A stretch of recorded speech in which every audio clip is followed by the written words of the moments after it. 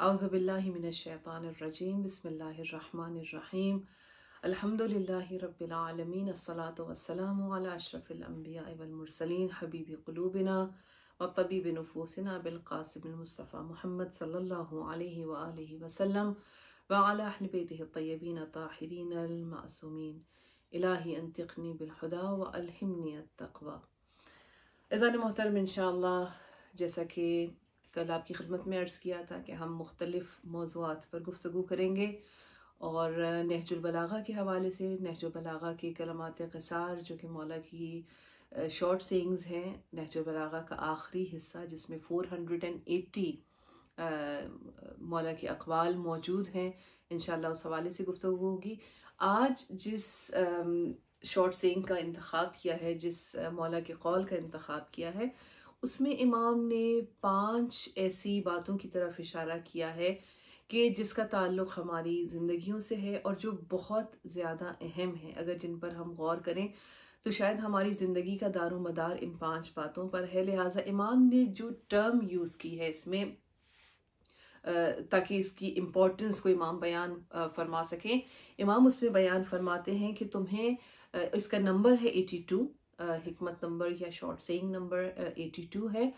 اس میں امام ارشاد فرماتے ہیں تمہیں ایسی 5 باتوں کی ہدایت کی جاتی ہے کہ اگر انہیں حاصل کرنے کے لیے، یعنی یہ جو 5 ایک طرح سے کی پوائنٹس ہیں، اگر تم انہیں اچیو کرنا چاہتے ہو اپنی زندگی میں اور انہیں حاصل کرنا چاہتے ہو تو اگر انہیں حاصل کرنے کے لیے اونٹوں کو تیز دوڑاؤ، اباط الابل، یعنی اگر تم جیسے کبھی اونٹ پر جو سوار ہوتے ہیں اور وہ اونٹ کو بہت تیز دوڑانا چاہتے ہیں تو وہ اسے اس ایسی جگہ پر مارتے ہیں جس کی وجہ سے وہ اونٹ بہت زیادہ تیزی سے دوڑتا ہے۔ یہاں پر مراد کیا ہے کہ امام نے جو اس ٹرم کو یوز کیا ہے کہ اونٹوں کو تیز دوڑاؤ، یعنی امام اصل میں ہمیں اور آپ کو اس بات کی طرف نشاندہی ہماری کر رہے ہیں کہ اگر ان 5 چیزوں کو تم اپنی زندگی میں حاصل کرنا چاہتے ہو تو جس قدر ممکن ہے تم اس کو حاصل کرنے کے لیے کوشش کرو، اپنی طرف سے پوری کوشش کرو تاکہ یہ 5 چیزیں تمہیں اپنی زندگی میں حاصل ہو جائیں، یعنی اس امپورٹنس کو بتایا جا رہا ہے۔ سب سے پہلے جس بات کا امام نے ذکر فرمایا ہے وہ یہ ہے کہ لا یرجون احد منکم الا ربہ، بہت خوبصورت بات، اور جس کا تعلق ہماری توحید سے بھی ہے، ہمارے عقیدے، ہمارے بلیف سے ہے۔ امام ارشاد فرماتے ہیں کہ سب سے پہلی بات یہ ہے کہ تم میں سے کوئی بھی اللہ کے علاوہ کسی سے امید نہ رکھے، یعنی غیر اللہ سے امید نہ رکھے۔ سب سے پہلے تھوڑا سا اس بات کو جاننے کی ضرورت ہے کہ انسان کی زندگی میں امید یا ہوپ کس قدر ضروری ہے۔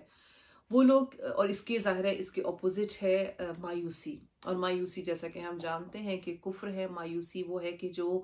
انسان کو آگے بڑھنے سے روک دیتی ہے۔ آپ دیکھیے اپنی زندگی میں کہ جب انسان کسی چیز میں امید رکھتا ہے، جب کسی چیز میں اس کے آگے ایک ہوپ ہوتی ہے تو وہ اس کے لیے اسٹرگل کرتا ہے، وہ اس کے لیے بھرپور کوشش کرتا ہے جس حد تک ممکن ہو سکتا ہے آخر میں جیسا رزلٹ وہ چاہ رہا ہے اسے نہ ملے، لیکن انسان یہ کہتا ہے کہ چلو میں نے اپنی طرف سے کم از کم کوشش ضرور کی۔ یہ کوشش کب ہوتی ہے؟ جب انسان امید رکھتا ہے، اور جب جو انسان مایوس ہوتا ہے، آپ اکثر دیکھتے ہوں گے کہ جو لوگ مایوس ہوتے ہیں وہ اسٹرگل کرنا چھوڑ دیتے ہیں، وہ کوششیں ترک کر دیتے ہیں کیونکہ انہیں یہ محسوس ہوتا ہے کہ اب کچھ ہونے والا نہیں ہے، لہٰذا ہم کیوں کوشش کریں۔ لہٰذا اسلام نے بہت زیادہ تاکید کی ہے کہ انسان اپنی زندگی میں کبھی مایوس نہ ہو، ہمیشہ امید رکھے۔ البتہ امپورٹنٹ یہ ہے کہ امید کس سے رکھی جائے، اور میں نے عرض کیا کہ یہ 5 باتیں وہ ہیں جس کا تعلق ہماری اور آپ کی زندگیوں سے ہے۔ ہم جو یہ زندگی گزار رہے ہیں، بعض اوقات حالات ایسے ہو جاتے ہیں، انسان کسی پریشانی میں آ جاتا ہے، امید اس کی جو ہے وہ کم ہونے لگ جاتی ہے، کبھی ایک دم سے انسان ہوپ لیس ہو جاتا ہے، تو کس سے اپنی زندگی میں امید رکھی جائے؟ امام فرماتے ہیں کہ غیر اللہ سے امید کبھی نہ رکھو، کیونکہ انسان کو جس بات کی طرف توجہ دینے کی ضرورت ہے وہ یہ ہے کہ اس کی امید صرف اور صرف اللہ کی ذات سے ہو۔ اور ظاہر یہ دنیا، البتہ اسباب کی دنیا، انشاءاللہ اس حوالے سے گفتگو ہوگی کہ اسباب کی دنیا میں بھی ہم کس حد تک امید رکھ سکتے ہیں۔ میں یہاں پر اس بات کو تھوڑا سا واضح کرنے کے لیے کہ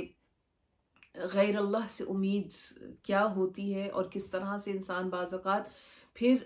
اس میں بھی اسے مشکلات کا سامنا کرنا پڑتا ہے، کیونکہ وہ جب کسی غیر پر یعنی اللہ کے علاوہ کسی پر ٹرسٹ کرتا ہے، اسے اپنی سپورٹ سمجھتا ہے، اور وہی لوگ جب دھوکہ دے جاتے ہیں یا وہی لوگ جس طرح سے ہم چاہ رہے ہوتے ہیں اس طرح سے ہمارے کاموں کو انجام نہیں دیتے، تو ہم کس قدر پریشانی کا شکار ہو جاتے ہیں یا کس قدر ہم اور زیادہ مسائل اور مشکلات کا شکار ہو جاتے ہیں۔ بہترین اگزامپل جو میں یہاں پر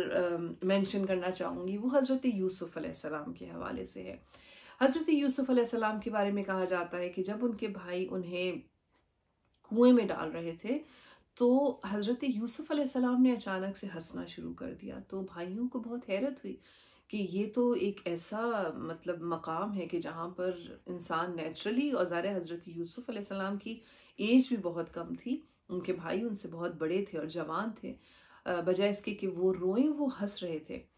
تو حضرت یوسف علیہ السلام کے بھائیوں نے سوال کیا کہ آپ اس وقت ہنس کیوں رہے ہیں؟ اور انہوں نے جو جواب دیا، میں سمجھتی ہوں یہ جواب ہماری روزمرہ کی زندگی میں ہمارے بہت کام آ سکتا ہے، جہاں پر ہم اللہ کو چھوڑ کر بعض اوقات غیر خدا سے امیدیں وابستہ کر لیتے ہیں، اور جب غیر خدا سے امیدیں وابستہ کرتے ہیں اور وہ امیدیں ہماری ٹوٹ جاتی ہیں یا ہمیں وہ رزلٹ نہیں ملتا، تو کس قدر انسان ذہنی پریشانی کا شکار ہوتا ہے اور اس کا سکون ختم ہو جاتا ہے۔ تو حضرت یوسف علیہ السلام نے فرمایا کہ ایک دن میں اپنے بھائیوں کو یعنی آپ سب کو دیکھ رہا تھا کہ میرے بھائی جوان ہیں، طاقتور ہیں، اسٹرانگ ہیں، تو میں نے اپنے آپ میں خود ہی اپنے آپ سے یہ کہا کہ میرے تو یہ بھائی موجود ہیں اور میرے بھائیوں کے ہوتے ہوئے تو مجھے کوئی نقصان نہیں پہنچا سکتا، یعنی میں نے اپنے بھائیوں پر، میں نے آپ پر اعتماد کیا تھا، اور میری جو امید تھی وہ آپ لوگوں سے تھی، یعنی اپنے بھائیوں سے تھی۔ لیکن آج خدا نے مجھے دکھا دیا کہ جن بھائیوں پر میں اتنا اعتماد کیا کرتا تھا، جن بھائیوں سے مجھے اس قدر امید تھی، وہی بھائی آج مجھے کنویں میں ڈال رہے ہیں، اور میں آج ان سے پناہ مانگ رہا ہوں لیکن وہ مجھے پناہ نہیں دے رہے، وہ آج مجھے نجات نہیں دے رہے۔ تو حقیقت یہی ہے کہ انسان جب غیر اللہ سے امیدیں وابستہ کرتا ہے، اسے ہمیشہ ناکامی کا سامنا کرنا پڑتا ہے، شکست کا سامنا کرنا پڑتا ہے، اور اسی لیے پروردگار عالم ارشاد فرماتا ہے کہ امید صرف اور صرف اللہ کی ذات سے رکھو۔ قرآن میں ہے نا کہ لا تیأسوا من روح اللہ، یعنی اللہ کی رحمت سے ہرگز مایوس نہیں ہونا، کیونکہ پروردگار عالم کبھی اپنے بندوں کو تنہا نہیں چھوڑتا ہے، کبھی اکیلے نہیں چھوڑتا ہے۔ کیا وجہ ہے؟ انشاءاللہ باقی کے 4 پوائنٹس کی طرف میں آؤں گی، میں تھوڑا سا اس پر امفسائز کرنا چاہ رہی ہوں تاکہ ہم توجہ رکھیں کہ بعض اوقات اپنی روزمرہ زندگی میں ہم کیسے اللہ کو چھوڑ کر اللہ کی جو مخلوق ہے اس سے اپنی امیدوں کو وابستہ کر لیتے ہیں، اور یہ سمجھنا شروع کر دیتے ہیں کہ یہی لوگ صرف ہمارا کام کریں گے، جبکہ ایسا نہیں ہوتا ہے۔ کیا وجہ ہے کہ کیوں ہم اللہ کی ذات سے امید نہیں رکھتے ہیں اور مایوس ہو جاتے ہیں؟ سب سے پہلی اور بنیادی وجہ یہ ہے کہ ہم اللہ کی عظمت کو اور اللہ کے مقام کو اور اللہ کی قدرت کو ہی نہیں سمجھ پا رہے۔ ہم نے پروردگار عالم کو، یعنی ہم یہ تو جانتے ہیں کہ وہ خدا ہے، ہمارا خالق ہے، ہم اس کی عبادت بھی کرتے ہیں، اور یہاں پر آ جاتی ہے وہ بات کہ ہماری اصل میں توحید بہت ویک ہے، ہماری توحید بہت کمزور ہے، لہٰذا ہم اللہ کی قدرت کو پہچان ہی نہیں پاتے ہیں۔ یہ بھول جاتے ہیں کہ پروردگار وہ ہے جو کن فیکون کا مالک ہے۔ ہم اپنے محدود ذہن سے چیزوں کو سوچتے ہیں، اور پھر ہمیں لگتا ہے کہ میرا یہ کام تو ہو ہی نہیں سکتا، اس مشکل سے میرے لیے نکلنا تو محال ہے، کیسے ہو سکتا ہے میری یہ پریشانی ختم ہو؟ اب تو اتنے سال ہو چکے ہیں، ظاہراً کوئی سبب نظر نہیں آتا۔ جبکہ ہم اس بات کو بھلا بیٹھتے ہیں کہ قرآن میں جا بجا اللہ نے اپنی قدرت کی نشانیوں کو ظاہر کیا ہے اپنے نبیوں کی زندگی میں، عام افراد کی زندگیوں میں تو ہیں ہی، لیکن اپنے نبیوں کی زندگیوں میں کیا حضرت موسیٰ علیہ السلام اسی فرعون کے دربار میں پل کر جوان نہیں ہوئے، جو کہ فرعون وہ تھا کہ جو حضرت موسیٰ کی تلاش میں بنی اسرائیل کی کتنے بچوں کو ذبح کر چکا تھا اور کس قدر خون خرابہ کر چکا تھا، لیکن اللہ کی قدرت یہ تھی کہ حضرت موسیٰ علیہ السلام اسی فرعون کے دربار میں پل کر جوان ہو۔ حضرت موسیٰ علیہ السلام کو عصا دے کر اس دریا کو خشک کیا اور اس میں سے راستہ بنایا ہے۔ حضرت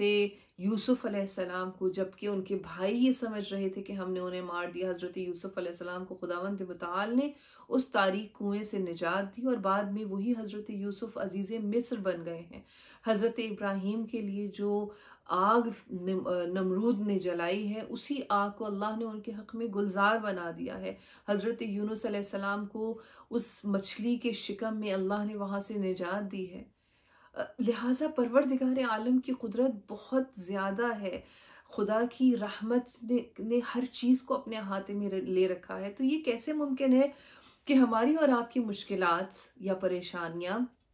جس میں ہم اللہ سے مایوس ہونے لگتے ہیں، خدا ہمیں نجات نہ دے یا پروردگار ہمیں اس مشکل سے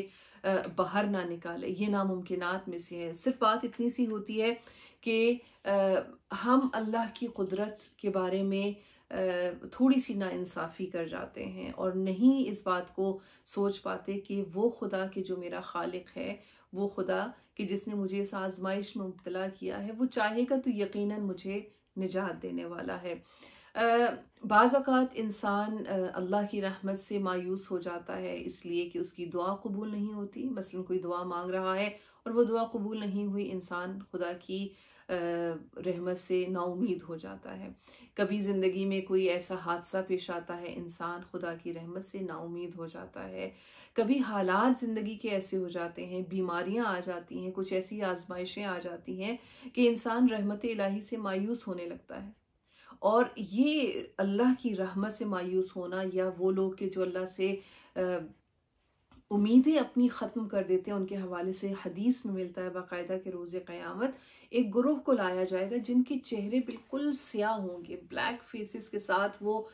محشر میں لائے جائیں گے، اور جب سوال کیا جائے گا کہ یہ کون لوگ ہیں تو کہا جائے گا کہ یہ وہ لوگ ہیں کہ جو دنیا میں اللہ کی رحمت سے نا امید تھے، جو اللہ کی رحمت کو سے مایوس ہو چکے تھے اور اپنے رب کو بھلا چکے تھے۔ دعائے کمیل، ہم اور آپ دعائے کمیل پڑھتے ہیں، دعائے کمیل کی ابتدا ہی اللہ کی رحمت سے ہوتی ہے۔ اللہم انی اسألک برحمتک التی وسعت کل شیء۔ تو یہ کیسے ہو سکتا ہے کہ اگر صاحبان ایمان دعائے کمیل کو پڑھ رہے ہیں اور دعائے کمیل کی ابتدا ہی اللہ کی رحمت کے حوالے سے ہے، تو پھر انسان کیسے مایوس ہو سکتا ہے؟ لہٰذا انسان بعض اوقات اپنے گناہوں کی وجہ سے، بعض اوقات اسے خدا کی شناخت نہیں ہوتی، اللہ کی عظمتوں کو وہ نہیں پہچان پاتا، بعض اوقات وہ اپنے گناہوں کی وجہ سے خدا سے نا امید ہو جاتا ہے۔ لوگوں کو لگتا ہے کہ انہوں نے اب اتنے گناہ کر لیے ہیں، لہٰذا اب تو ان کی بخشش ہو نہیں سکتی۔ سب سے گناہ سے بھی بدترین جو گناہ ہے وہ ہے اللہ کی ذات سے مایوس ہو جانا، اللہ کی رحمت سے مایوس ہو جانا۔ پروردگار عالم رحمان اور رحیم ہے، اپنے بندوں پر رحم کرنے والا ہے۔ یہ کیسے ممکن ہے کہ بندہ خلوص دل سے اور صدق دل سے اللہ سے معافی مانگے، توبہ کرے اور خدا اپنے بندے کو معاف نہ کرے؟ لہٰذا اسی لیے ہم دیکھتے ہیں کہ دعائے کمیل میں ہی مولا آخر میں کیا ارشاد فرماتے ہیں، یا سریع الرضا اغفر لمن لا یملک الا الدعاء۔ اے جلد راضی ہو جانے والے خدا، ہم انسان تو ایک دوسرے کو معاف کرنے میں بخل کر سکتے ہیں، ہم انسان ایک دوسرے کو مایوس کر سکتے ہیں، ہم انسان ایک دوسرے کو نا امید کر سکتے ہیں، خالی ہاتھ لوٹا سکتے ہیں، لیکن یہ ناممکن ہے کہ پروردگار عالم جو ہمارا رب ہے وہ اپنے بندوں کو کبھی بھی خالی ہاتھ لوٹائے۔ تو یا سریع الرضا یعنی اے بہت جلد راضی ہو جانے والے، اغفر لمن لا یملک الا الدعاء، معاف کر دے اسے کہ جس کا دعا کے علاوہ کوئی جس کے پاس کوئی ویپن نہیں ہے، کوئی جس کے پاس چارہ کار نہیں ہے، یعنی اللہ کی ذات سے رحمت کے علاوہ اس کے پاس کوئی اور راستہ بچا ہی نہیں ہے۔ لہٰذا سب سے پہلی بات کہ جس کی طرف امام نے اشارہ فرمایا ہے اور جس کے لیے فرمایا ہے کہ بھرپور کوشش کرو کہ اپنی زندگی میں ان 5 باتوں کو حاصل کرو، تو وہ پہلی بات یہ ہے کہ انسان اللہ کی ذات کے علاوہ کسی سے بھی کوئی امید نہ رکھیں۔ ہاں، دنیا اسباب کی دنیا ہے، پروردگار اپنے بندوں کو سبب بنا دیتا ہے اور ہمیں ان اسباب سے فائدہ اٹھانا چاہیے، لیکن اس سوچ کے ساتھ کہ یہ اسباب بھی اسی وقت فائدہ دے سکتے ہیں جب اللہ کی مرضی اس میں شامل ہو۔ ڈاکٹر علاج کرتے ہیں، میڈیسن علاج میں ایک ہیلپ کرتی ہے، لیکن صرف یہ امید رکھنا کہ یہ ڈاکٹر ہی شفا مجھے دے گا، یہ میڈیسن ہی مجھے میری ٹریٹمنٹ کے کام آئے گی، یہ سوچ غلط ہے۔ اصل میں پروردگار عالم کی ذات ہے کہ جو ان اشیاء کے ذریعے، ان افراد کے ذریعے انسان کی مشکل کو دور کرتی ہے۔ دوسری بات کہ جس کی طرف امام نے ارشاد فرمایا ہے اور جو بہت اہم ہے، امام ارشاد فرماتے ہیں کہ اس کی بارگاہ میں گناہ کے علاوہ کوئی اور خوف اس کے اندر نہ ہو۔ یعنی انسان اپنی زندگی میں سوائے پروردگار عالم کے کسی سے نہ ڈرے، اور اگر ڈرنا ہی چاہتا ہے تو وہ اپنے گناہوں سے ڈرے۔ سب سے بڑا ظلم جو انسان اپنے اوپر کرتا ہے وہ یہی ہے کہ انسان جب گناہ کرتا ہے، کوئی انسان پر ظلم نہیں کر سکتا جتنا بڑا ظلم خود انسان اپنے آپ پر کرتا ہے۔ لہٰذا امام ارشاد فرما رہے ہیں کہ اپنے دلوں میں لوگوں کا خوف نہیں لے کر آؤ، بلکہ اپنے دلوں میں ان گناہوں کا خوف لے کر آؤ کہ جو تمہیں دنیا اور آخرت میں رسوا کر سکتے ہیں۔ ان گناہوں کا خوف لے کر آؤ کہ جو تمہاری دعاؤں کو قبولیت سے روک دیتے ہیں۔ ان گناہوں سے خوف کھاؤ کہ جو بلاؤں کے نزول کا سبب بنتے ہیں۔ ان گناہوں سے خوف کھاؤ کہ جو تمہاری آخرت میں تمہاری رسوائی کا سبب بن سکتے ہیں، جو نعمتوں کو تبدیل کر دیتے ہیں۔ تو ہمیں کسی فرد سے، کسی انسان سے ڈرنے کی ضرورت نہیں ہے، ہمیں اپنے آپ سے ڈرنے کی ضرورت ہے، ہمیں اپنے گناہوں سے ڈرنے کی ضرورت ہے، تاکہ لوگوں کا خوف، کیونکہ بعض اوقات بہت سے ہم زندگی میں غلط کام کر بیٹھتے ہیں، بہت سے غلط ڈیسیژنز لے لیتے ہیں، ایسے راستے پر چل پڑتے ہیں کہ جن کی بنیاد صرف اور صرف لوگوں کا ڈر ہوتا ہے۔ میں عام طور پر اکثر اپنے لیکچرز میں کہتی ہوں کہ جس قدر ہمیں یہ خوف ہوتا ہے کہ لوگ کیا کہیں گے، اگر ہم اس کو کنورٹ کر دیں اس میں کہ اللہ کیا کہے گا، تو شاید ہمارے اعمال بہت بہتر ہو جائیں، ہماری عبادتیں بہت بہتر ہو جائیں اور ہمارے گناہ بہت کم ہو جائیں۔ تیسری بات کہ جس کی جانب مولا نے اشارہ کیا ہے کہ جس کے لیے انشاءاللہ ہم اور آپ کوشش کریں کہ زندگی میں جس حد تک پاسبل ہے ان چیزوں کو اپنی زندگی میں لے کر آئیں۔ امام ارشاد فرماتے ہیں کہ تیسری چیز یہ ہے کہ اگر تم سے کوئی ایسی بات پوچھی جائے کہ جسے تم نہیں جانتے، تو یہ کہنے میں نہ شرماؤ کہ میں نہیں جانتا۔ یعنی اگر کسی سے کوئی بات پوچھی جاتی ہے اور وہ نہیں جانتا تو وہ کہتے کہ مجھے اس بات کا علم نہیں ہے، اب اس کا تعلق کسی بھی پروفیشن سے کیوں نہ ہو، کیونکہ لا ادری نصف العلم، ہمیشہ اس بات کو یاد رکھیے۔ لا ادری یعنی مجھے یہ بات نہیں معلوم، ہاف نالج، آدھا علم اسی کے اندر چھپا ہوا ہے۔ جب آپ یہ کہتے ہیں کہ لا ادری یعنی مجھے نہیں معلوم، آئی ڈونٹ نو، تو اس کے بعد کا اگلا سٹیپ یہ ہے کہ پھر آپ یہ کوشش کرتے ہیں کہ اچھا اب مجھے اس بات کو جاننا ہے، مجھے اس مسئلے کو جاننا ہے، مجھے اس اسکل کو جاننا ہے، مجھے اس سوال کا جواب تلاش کرنا ہے۔ اب وہ چاہے دین کا معاملہ ہو، چاہے وہ دنیا کا معاملہ ہو، جس فیلڈ میں، جس پروفیشن میں ہم اور آپ ہیں، وہاں پر اگر ہم سے کوئی ایسی بات پوچھی جاتی ہے تو انسان لوگوں کو کبھی غلط انفارمیشن نہ دے، یہ نہ سوچے کہ یہ میری عزت کا سوال ہے، اگر میں نے یہ کہہ دیا کہ مجھے نہیں معلوم تو لوگ میرے بارے میں کیا سوچیں گے۔ وہی بات کہ جو سیکنڈ پوائنٹ جسے امام نے مینشن کیا تھا وہ یہی تھا کہ لوگوں کے حوالے سے انسان کوئی خوف اپنے اندر نہ رکھے، کبھی انسان یہ نہ سوچے کہ لوگ میرے بارے میں کیا کہیں گے، لہٰذا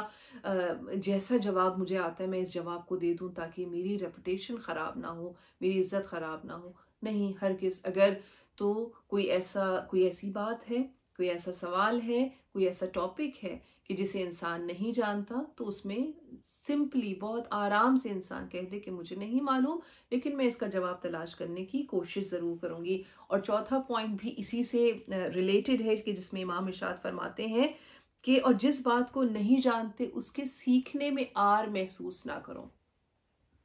یعنی اگر کسی بات کا علم نہیں ہے اور نہیں جانتے اس بات کو تو سمپلی اس بات کو سیکھنے کی کوشش کریں، اور کبھی بھی یہ نہ سوچیں کہ اب میری ایج گزر گئی ہے، اب تو بہت عرصہ ہو گیا. مثلا فرض کیجئے کہ اگر ہم واجبات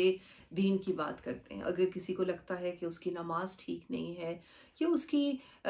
تلاوت قرآن میں کہیں اشکال ہے یا نہیں صحیح سے وہ پڑھ پا رہی، یا کوئی اور مسائل ہیں دینی مسائل کے حوالے سے، میں خاص طور پر یہ بات مینشن کرنا چاہوں گی کہ دین کے مسائل کو جاننے میں کبھی ہیزیٹیٹ نہ کریں، کبھی نہ ہچکچائیں، کبھی یہ نہ سوچیں کہ اب میری اتنی ایج ہو گئی ہے. یا فرض کیجیے ایج کا مسئلہ بھی نہیں ہے، اگر کوئی ینگسٹرز بھی ہیں تو وہ یہ نہ سوچیں کہ یہ تو اتنا بیسک سا مسئلہ ہے، اور اگر میں نے اس مسئلے کو پوچھا تو کیا سوچیں گے کہ مجھے آج تک اتنی سی بات بھی نہیں معلوم، یا میری نماز کے حوالے سے اتنا چھوٹا سا پوائنٹ مجھے نہیں معلوم. نہیں، کیونکہ جہالت سے مرنے سے بہتر ہے کہ انسان علم حاصل کرتے ہوئے اس دنیا سے جائے. میرے ذہن میں وہ واقعہ نہیں آ رہا، لیکن غالباً کسی شخص کے حوالے سے کہا جاتا ہے کہ جب وہ بہت بوڑھا ہو گیا اور وہ علم حاصل کرنے کی کوشش کر رہا تھا تو کسی نے اس سے کہا کہ تمہاری اس قدر ایج ہو گئی ہے، اب تمہیں شرم نہیں آتی یا تمہیں تھوڑا سا امبیرسمنٹ نہیں ہوتی کہ تم اس ایج میں آ کر علم حاصل کر رہے ہو؟ تو اس نے کہا کہ جب اگر تو شرم آنی چاہیے تھی کسی چیز میں تو وہ جہالت میں آنی چاہیے تھی. تو جب جہالت میں مجھے شرم نہیں آئی تو علم حاصل کرنے میں مجھے کیا شرم آئے گی؟ اور یہی اپروچ انشاءاللہ ہم سب کی ہونی چاہیے کہ جس چیز کو نہیں جانتے اس کے بارے میں اہل علم سے سوال کریں، جو اس فیلڈ میں لوگ موجود ہیں اس سے سوال کریں تاکہ ہم اپنی جہالت کو دور کر سکیں. کیونکہ کہا جاتا ہے کہ العلم خزائن، یعنی جو علم ہے وہ ایک خزانے کی طرح ہے، ٹریجر کی طرح ہے. ومفاتیح السؤال، اور اس کی جو چابیاں ہیں وہ ہے سوال کرنا. اگر آپ کسی خزانے کو کھولنا چاہتے ہیں تو اس کے لیے آپ کو چابی کی ضرورت ہے، کی ضرورت ہے. تو علم کا جو خزانہ ہے اس کی چابی یقیناً سوال کرنے میں ہے، اور اللہ ان لوگوں پر اپنی رحمت نازل کرتا ہے کہ جو سوال کرنے کے ذریعے اپنی جہالت کو دور کرتے ہیں. اور پانچواں اور آخری پوائنٹ کہ جسے امام نے بیان فرمایا ہے، اور انشاءاللہ اس پر ڈیٹیل سے گفتگو آئندہ کسی آنے والے لیکچر میں کی جائے گی، وہ ہے پیشنس، یعنی صبر. کہ امام فرماتے ہیں اور صبر اختیار کرو کیونکہ صبر کو ایمان سے وہی نسبت ہے جو سر کو بدن سے ہے. ایمان کے ساتھ اگر صبر نہ ہو تو ایمان میں کوئی خوبی نہیں ہے. کوئی انسان کتنا ہی اپنے آپ کو نمازی روزے دار بنا لے، لیکن اگر اس کے اندر صبر کی کمی ہے تو یقیناً اس کا ایمان ناقص ہے اور اس کا ایمان اسے کوئی فائدہ نہیں دے گا. جیسا کہ سر کے بغیر یہ جسم، یہ بدن، یہ باڈی بالکل بیکار ہے، ویسے ہی صبر کے بغیر انسان کا ایمان اسے کوئی فائدہ نہیں دیتا. صبر کیا ہے، صبر کی کتنی کیٹیگریز ہیں، اور صابرین کے لیے اللہ نے کیا اجر بیان کیا ہے، انشاءاللہ آئندہ آنے والے دنوں میں اس پر گفتگو کی جائے گی. پروردگار عالم ہم سب کو معرفت کے ساتھ علم حاصل کرنے کی توفیق نصیب فرمائے، اور انشاءاللہ خلوص کے ساتھ عمل کی توفیق نصیب فرمائے. والسلام علیکم ورحمۃ اللہ وبرکاتہ.